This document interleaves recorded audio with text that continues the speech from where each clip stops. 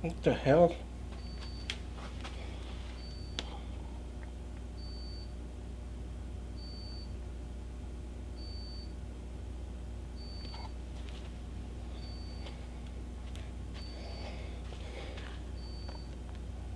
Camera 1 and preview 7.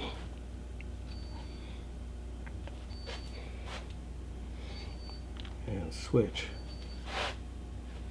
And back. Okay.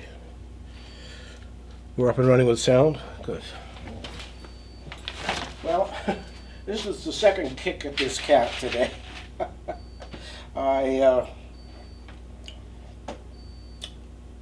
I forgot to switch the video from my piece to camera, my camera 1, over to camera 7, and so you can hear me talking about everything, but you can't see anything that I'm doing. So we're going to give it a go again and see what we can do here. So once again, my name is Dave, and this is McCarroll my N-scale layout, railroad layout. It's, as I always say, I always give you a weather report at the beginning, so it's a beautiful sunny day here in Northern Ontario. And hopefully, I'm going to check really carefully now that we actually do switch and that we're actually recording with what you're supposed to see. So just give me a second, I'll go over, I'll hit the button on the switcher, and we'll see if the program feed is the program feed.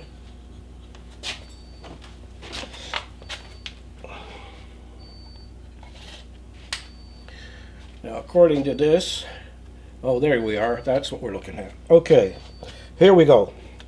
So I'm going to go through this again. I'm going to take apart some of the stuff I've done, just so you can see how I did it. But a quick recap. Last weekend, we laid out everything in marker on these 3 pieces of cork.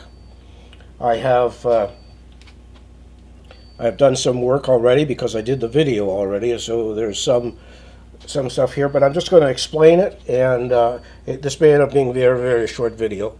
But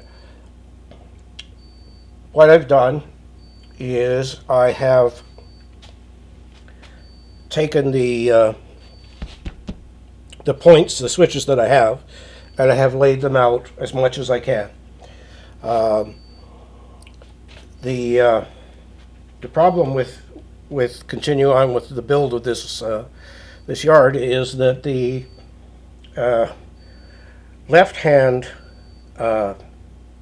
point switches are easy to come by right now, but nobody, and I mean nobody, has the right-hand ones. I checked on several major stores in the States. And then I thought, well, maybe Atlas is just keeping them to themselves. So I went there, and of course, no, they don't have any in stock either. So this whole layout thing with doing the yard may come to a grinding halt because I don't have any switches to mount it with. Although I have an idea what I might be able to do. And we might be able to do the middle board and this board because right now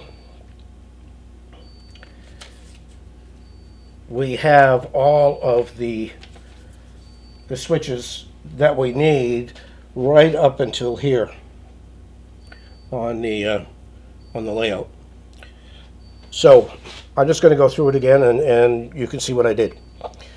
So my first thing was to lay out the crossover in the middle, and then to line up a pair of tracks going down the center here.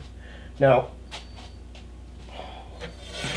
I have 2 pieces of bar steel that I use for this kind of stuff.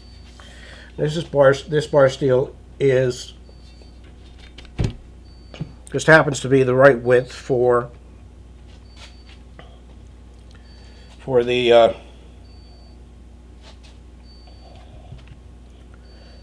for setting the track in the center of the yard. I also have a piece of bar steel that's 3/4 of an inch, and that can go in between tracks that are fairly close together, and it can also be used to line up and make sure that the flex track is actually straight and true on the layout itself.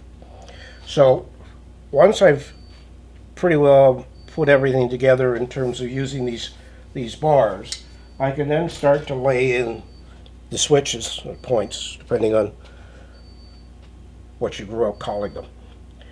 So here, off the main, comes down and it goes into this sort of fill-yard storage area. And off the main, it goes up here and it goes into another storage area. The top track across the top here is going to be for an engine shed here and a maintenance of way operating vehicles and track and machinery and cars and engines and everything down here. So then that leaves me with 1, 2, 3, 4, 5 storage lines. This area here is the diesel servicing area. So what I did was, once I had figured it out, and I had to move the switches. You'll see, if you look closer, you can see that the orange lines are no longer making contact with the track everywhere. And that's because the way Atlas makes their switches, I'll pick one up here. They have these large, okay, I'll hold it like that. You see that? They have these large ties that stick out either side of them.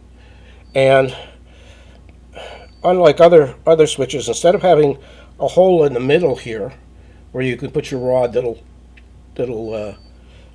activate the switch, they've got one out at this end and one out at this end. And so you got to be very careful about how you start cutting these things off, because you don't know underneath your layout where that switch motor is going to go, and it may have to be moved over half an inch, or in this case it's almost an inch apart. I would say even an inch and a quarter apart. So it gives you a little bit of flexibility underneath your layout to move the switch motors around. So once I had figured that out, I took my switches and I laid them down. I took push pins, office push pins, and I just tacked the switch in place. Then I took my my zircon cutters and cut track to fit in the gaps between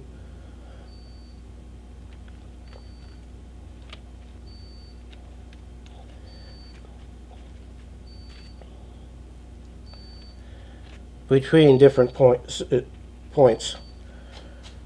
so that now I can do this. And I've read in a lot of places people are worried about S-curves, and if there ever was an S-curve, this is an S-curve. It comes down here, comes down there, comes down here, comes down here. So this thing does this. So that's pretty much of a big S-curve. So we'll see how that affects operations once it's up and running. If it does make a difference, then what I probably will do is to move this switch and these further down so that there's a more even path that comes through here. Now, as you can see, we've got all of the other switches in place, and I think this is going to work. I think what I'm going to do is I'm going to glue the track onto the cork while the cork is here, and leave, in some cases, put the don't do it because it comes across a break between. and this one comes on across the break between. This one comes on across. So what I'll do is I won't lay track across the break until it's over on the layout itself. Otherwise, it's going to be a pain in the butt. It also will allow me to judge where the curve coming into the yard and the curve exiting the yard on the other end will be, because that's going to be a trick, because it's kind of tight, and I think I might have to slide the whole thing down one direction, push the track out over here, and come around in a bigger curve, so that when it leaves out the bottom, we can still have room for the town and all of the buildings and everything that will happen down there. So this was a longer video, but you can, just by looking, you can see exactly what I've done. I apologize that I messed it up. I had to move all the cameras around, and I usually have a monitor that I can see. You sometimes catch me looking at it, and darn it if I didn't set one up, and of course we lost all the footage. So I'm going to switch back to one, I hope. Look at this. Yeah, there we are. And just thank you for watching. I'm not going to do this again. Yeah, I really messed up on this one, because first off, I can't remember everything I said, and second off, all the work is done. So there's not much point in belaboring the operation. But as you can see, once you were looking at the yard, it is coming together.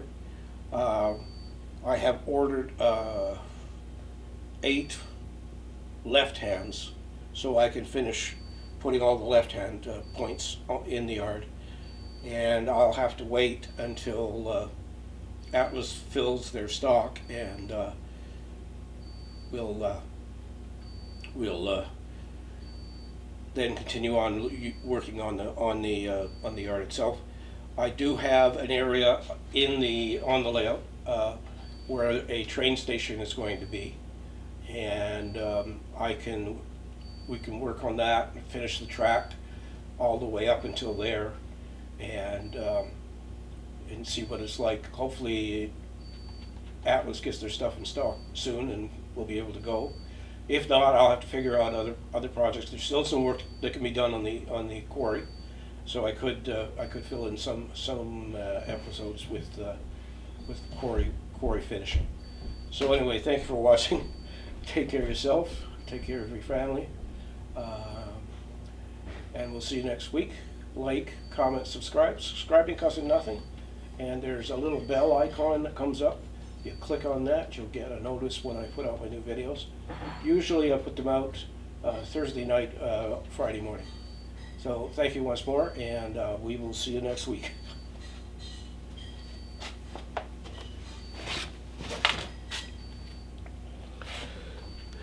And stop.